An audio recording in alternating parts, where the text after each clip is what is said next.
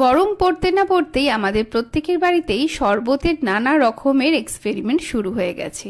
তাই আমি আজকে তোমাদের সাথে শেয়ার করছি কাঁচা আমের দারুণ একটা শরবত, যেটার জন্য গ্যাস জ্বালিয়ে নিয়ে একটা স্ট্যান্ডের ওপরে কাঁচা আম বসিয়ে ভালোভাবে সেটা সব দিক থেকে পুড়িয়ে নিতে হবে।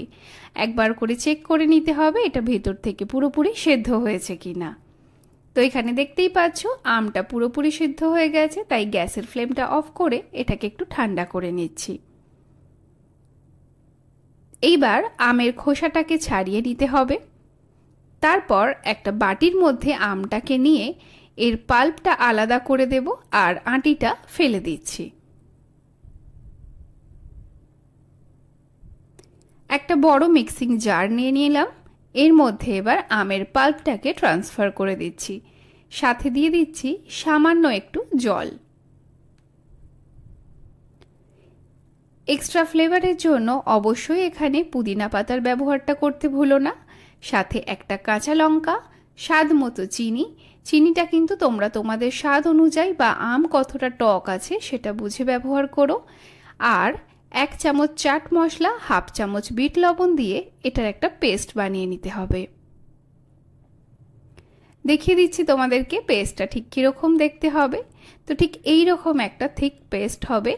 এটাকে চাইলে তোমরা 15 থেকে 20 দিনের জন্য ফ্রিজের মধ্যে এয়ারটাইট কন্টেনারের মধ্যে ঢেলে স্টোর করে রাখতে পারো।